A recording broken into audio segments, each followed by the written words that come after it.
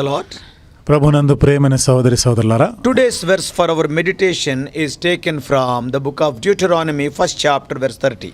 ఈరోజు మన ధ్యానం కొరకు ద్వితీయోపదేశకాండం 1వ అధ్యాయము 30వ వచనంలో నుండి తీసుకొనబడింది. The translation in Telugu is a little bit different. Telugu తర్జుమాలో కొంచెం వేరుగా ఉంటుంది. So brother will translate from the English version. English బైబిల్లో నుండి మనం చెప్పుకుంటాం.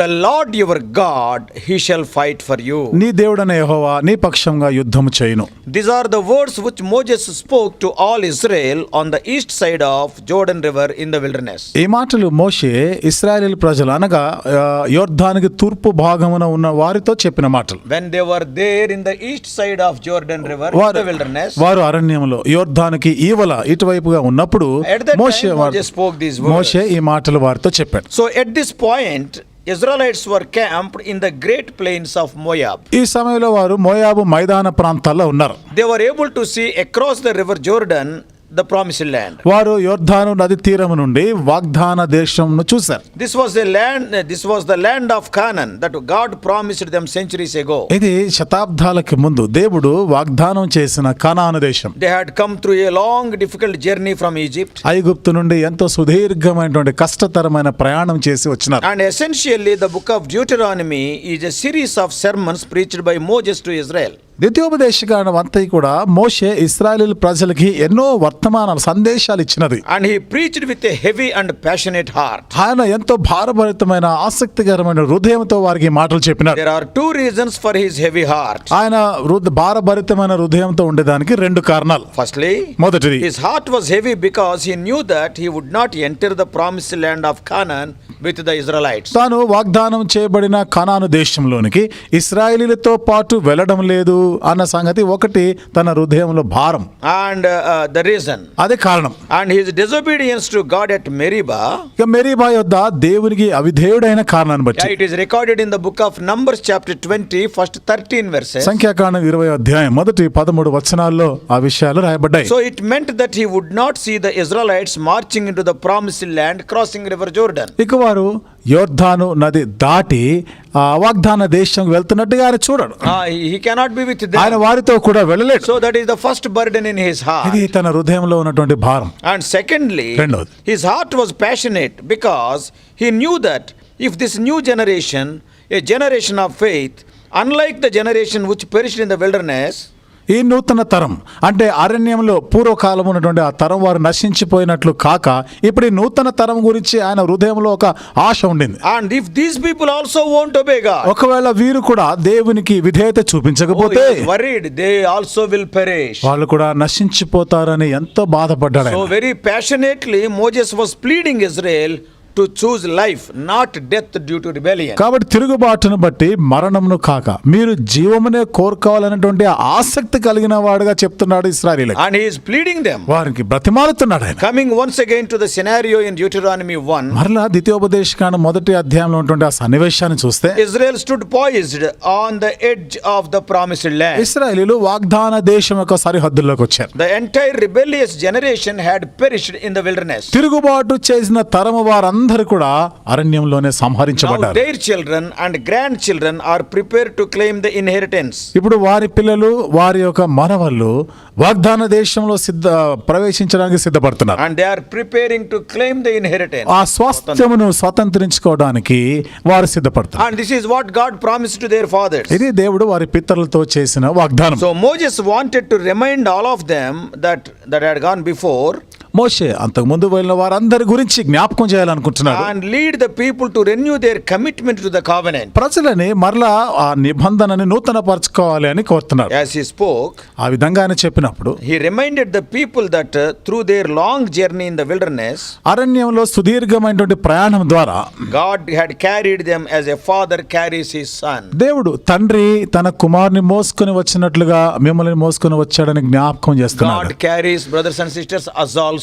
సోదరి సోదరులారా, దేవుడు మనలను కూడా మోసుకొని వచ్చేవాడు. At times, కొన్ని సందర్భాల్లో during their journey there was no food and water. వారి ప్రయాణంలో ఆహారం లేవు, నీళ్లు లేవు, enemy attacked, శత్రు వారి మీద దాడికి వస్తున్నాడు, people grumbled and complained, ప్రజలేమో సనుగుతున్నారు, ఫిర్యాదులు చేస్తున్నారు. yet God met all their needs in a miraculous way. అయినను దేవుడు ఎంతో ఆశ్చర్యకరమైన విధానంలో వారి అక్కర్లన్నీ తీర్చాడు. Their clothes did not wear out, వారి బట్టలు చినిగిపోలేదు, and their feet did not swell. వారి కాళ్ళు వాయలేదు. Are they not great miracles? ఇవన్నీ కూడా గొప్ప అద్భుత కార్యాలు కావా? And despite their rebellion, God displayed grace to his people. వారు తిరుగుబాటు చేసినప్పటికీ కూడా దేవుడు తన ప్రజల కృపా కటాక్షమును His చూపించాడు. presence continued to accompany them. ఆయన సన్నిధి ఎడతెగక వారితో కూడా ఉండింది. He taught them what it meant to live as God's holy people. దేవుని యొక్క పరిశుద్ధ ప్రజలుగా జీవించట ఏంటిదో ఆయన నేర్పించాడు వాళ్ళకి. Though the way was not always easy, ఆ దారి మార్గం ఎప్పుడు కూడా సులువైనది కాకపోయినా God carried his people like a father. దేవుడు తన ప్రజల్ని ఒక తండ్రి మోసుకొని వచ్చినట్లుగా మోసుకొచ్చాడు. Can you imagine 40 years of walking, no feet was swollen? ఊహించగలరా? 40 సంవత్సరాలు నడిచినప్పటికీ కూడా కాలు వాయలేదు.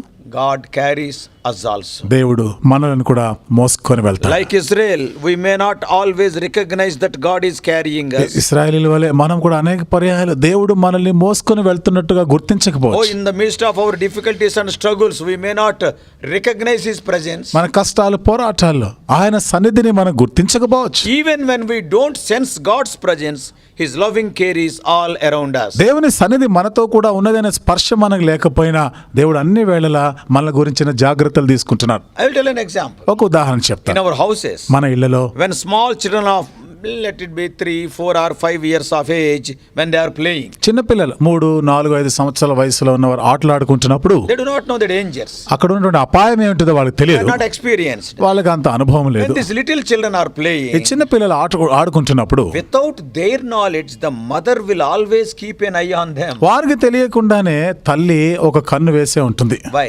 ఎందుకు? They may face any danger. ఏదైనా అపాయానికి గురవుతారని. The child do not know that the mother is watching. తల్లి వాడిని గమనిస్తున్నట్లుగా ఆ బిడ్డకి తెలియదు.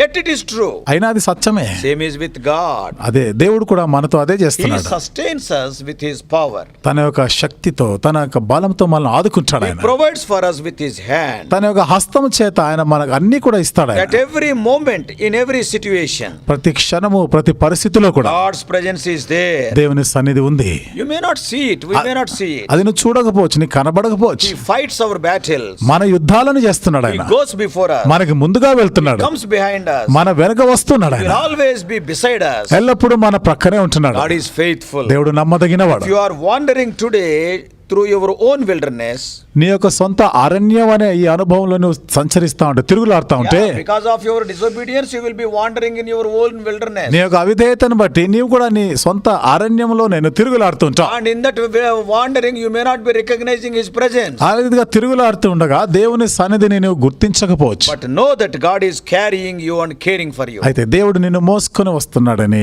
ఆయన నీ గురించిన జాగ్రత్తలు తీసుకుంటున్నాడని గుర్తుంచుకో. He cared for Hagar and child Ishmael in the wilderness. హాగర్ని చూశాడు ఆయన, అరణ్యంలో ఇష్మాయిల్ని గురించి అన్ని పట్టించుకున్నాడు ఆయన. In your life, నీ జీవితంలో I don't know what that wilderness journey looks like for you. నీకు నీ జీవితంలో ఏది అరణ్య యాత్రలుగా కనిపిస్తుందో నాకు తెలియదు. Maybe just you have gotten a devastating diagnosis. ఒకవేళ నీకు ఎంతో బాధ కలిగించేటువంటి దుఃఖకరమైనటువంటి పరీక్షలు జరిగినాయేమో. Maybe medical.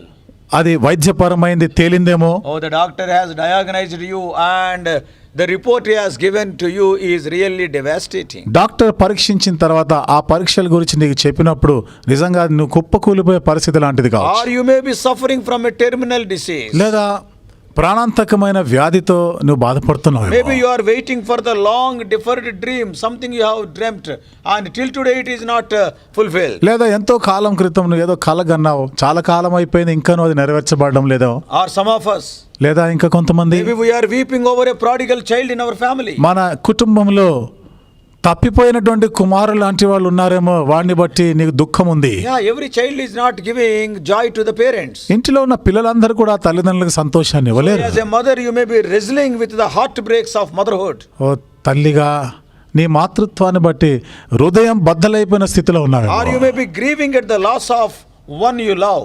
లేదా నీ ప్రియమైన వారిని నువ్వు పోగొట్టుకున్న దుఃఖంలో You ఉన్నావేమో. are in the wilderness. నీవు అరణ్యంలో ఉన్నావు. Which way to go you do not know. ఎటు వెళ్ళాలో దారి దిక్కు You are తోచడం not లేదు. having any idea of tomorrow. రేపటి గురించినటువంటి ఏ ఆలోచన లేదు నీకు. Fear is gripping you. భయము నిన్ను గుప్పిట్లో పెట్టింది. But dear brothers and sisters, అయితే ప్రియమైన సహోదరి సహోదరులారా, don't lose hope. నీవు నిరీక్షణ కోల్పోవద్దు. God is near. దేవుడు సమీపంగా He has not left you to travel in the wilderness alone. అరణ్యంలో నువ్వు ఒక్కడివే తిరగాలని విడిచిపెట్టేలేదు ఆయన. He is with you right now. ఇప్పుడు ప్రస్తుతం ఆయన నీతో కూడా ఉన్నాడు. As a father carries his son, తండ్రి కుమారుణ్ణి ఎత్తుకొని he will పోయినట్లు carry you. నిన్ను ఎత్తుకొని పోతాడు. Hold tight to him ఆయననే గట్టిగా పట్టుకొని ఉండు. and press on. ఇంకా ముందుకు సాగిపో. God understands your fear. నీ భయాలు ఏమిటియో దేవుడు అర్థం He చేసుకోగలడు. knows your weariness. నీకున్నటువంటి ఆ భయము బాధ నీ అలసట ఏమిటిదో ఆయనకు తెలుసు. And when we are weary, it is easy for our hearts to become fearful and anxious. అలసిపోయిన సందర్భాల్లో మనం భయపడి ఆందోళన పడేటువంటి ఆస్కారం ఉంది. Oh, when you think about the future, భవిష్యత్తు గురించి ఆలోచన చేసినప్పుడు everything is looking like a black cloud. అంతే కూడా దట్టమైన మేఘాల వలనే ఉంటుండొచ్చు. Remember and claim today's promise. గుర్తుంచుకో, ఈ రోజు వాగ్దానాన్ని కోరుకో. This is the promise for our meditation ఇది today. నేటి దిన మన ధ్యానం కొరకైన The వాగ్దానం. Lord goes before you. దేవుడు నీకు ముందుగా He'll వెళ్తున్నాడు. fight your battles. నీ యుద్ధాలను ఆయన చేస్తాడు. God is a caring parent and a warrior in the battlefield. దేవుడు నీ గురించి అన్ని పట్టించుకునే తల్లిదండ్రులు లాంటివాడు. యుద్ధములో ఆయన నిన్ను ఆదుకునేవాడు. When you know the power of God, దేవుని యొక్క శక్తిని ఎరిగినప్పుడు you need not worry about the power of your enemy. నీ శత్రు శక్తిని గురించి నువ్వు ఏమి చింతించే అవసరం లేదు. A man of God said like this. దైవజనుడు ఒక ఆయన ఈ విధంగా అన్నారు. David did not need to know Goliath's strength because he already knew God's strength. దావీదు గొలియాదుకి ఎంత బలం ఉందో తెలుసుకోవాల్సిన అవసరం లేదు. ఎందుకనగా దేవుడు ఎంత శక్తి గలవాడో దావీదు ముందుగా ఎరిగి ఉన్నాడు. Because he killed a lion and bear already. ఎందుకంటే అప్పటికే సింహాన్ని ఎలుగుబంటిని చంపి వచ్చాడు. So may God help you to understand these truths and apply them in your life. కాబట్టి ఈ సత్యాలని నువ్వు అర్థం చేసుకుంటూ నీ జీవితంలో అన్వయింపజేసుకునేలాగా దేవుడు నీకు సహాయం చేయనుగా. And we all know from the history of Israel. ఇశ్రాయేలు చరిత్ర నుండి మనకు తెలుసు. Ultimately, Israelites reached the promised land and inherited it. చివరికి వారు వాగ్దాన దేశంలో ప్రవేశించారు, దానిని You స్వాధీనపరచుకున్నారు. also will be victorious like them. నీవు కూడా ఆ విధంగా విజయవంతుడిగా ఉండగలవు. May God help you. దేవుడు నీకు సహాయం చేయనుగాక. Shall we pray? అండి ప్రార్థన చేసుకుందాం. Loving Heavenly Father, ప్రేమగల మా పరలోకపు తండ్రి, Lord, we thank Thee for the written word of God. దేవా లిఖిత పూర్వకమైన దేవుని వాక్యమును బట్టి వందనాలు. Lord, we thank Thee for the story of Israelites. దేవా ఇశ్రాయేలీల చరిత్రను బట్టి వందనాలు. Oh Lord, Thou hast taken care of them. దేవా వారి గురించి అన్ని బాగోగులు చూసాం. Oh Lord, even in the wilderness, like a father, Thou hast carried them. అరణ్యంలో సైతం ఒక తండ్రి వలె వారిని ఎత్తుకొని పోయినావు. In our failures, oh Lord, Thou hast not left us. మా పతనాల్లోనూ నువ్వు విడిచిపెట్టలేదు If any మమ్మల్ని. one of our dear ones who are hearing, వింటున్న మా ప్రియుల ఎవరైనా కానీ, if anybody is going through this wilderness journey now, ఎవరైనా ఇప్పుడు ప్రభు ఈ అరణ్య యాత్ర లాంటి పరిస్థితుల గుండా or వెళ్తుంటే, today the diagnosis report has come, ఓ దేవా పరీక్షలు జరిపించినటువంటి ఆ ప్రభు రిపోర్ట్లు ఈ రోజు or there వచ్చుంటాయి. is a serious ailment in the body, ప్రభు ఆ శరీరంలో ఎంతో తీవ్రమైనటువంటి అనారోగ్యం జబ్బు చేస్తుండవచ్చు. and help them not to be discouraged by seeing these things. దేవా ఇవన్నీ చూసినప్పుడు వారు నిరుత్సాహపడకుండా కృంగిపోకుండా ఉండలాగిన Oh Lord, సహాయం Thou art చేయి. a God who fight our battles. దేవా మా యుద్ధములను చేసేవాడివి. Oh Lord, our situation may be anything, but You will never leave us. మా పరిస్థితి ఏదైనా కానీ దేవా నీవు మమ్మల్ని విడిచిపెట్టేవాడవు కావు. Lord, we thank Thee for the promise of today. ఈ రోజు యొక్క వాగ్దానమును బట్టి మీకు వందనాలయ్యా. Lord, your God, He shall fight for you. నీ దేవుడైన యెహోవా నీ పక్షమున యుద్ధము చేయవాడు. Thank you, O Lord, for this wonderful promise. దేవా అద్భుతమైన ఈ వాగ్దానాలను బట్టి మీకు వందనాలయ్యా. Fulfill them in our lives. మా జీవితాల్లో వాటిని Our నెరవేర్చండి. dear ones who are hearing also may be encouraged by all these promises. ఈ మాటలు వింటున్న మా ప్రియులు కూడా ఈ వాగ్దానాలన్నిటి ద్వారా వారును బలపరచబడి ప్రోత్సహించబడుదురు గాక. We do pray in the mighty name of our Lord and Savior Jesus Christ. మా ప్రభువును రక్షకుడైన యేసుక్రీస్తు వారి బలమైన నామములో ప్రార్థించి వేడుకుంటున్నాం తండ్రి. ఆమేన్.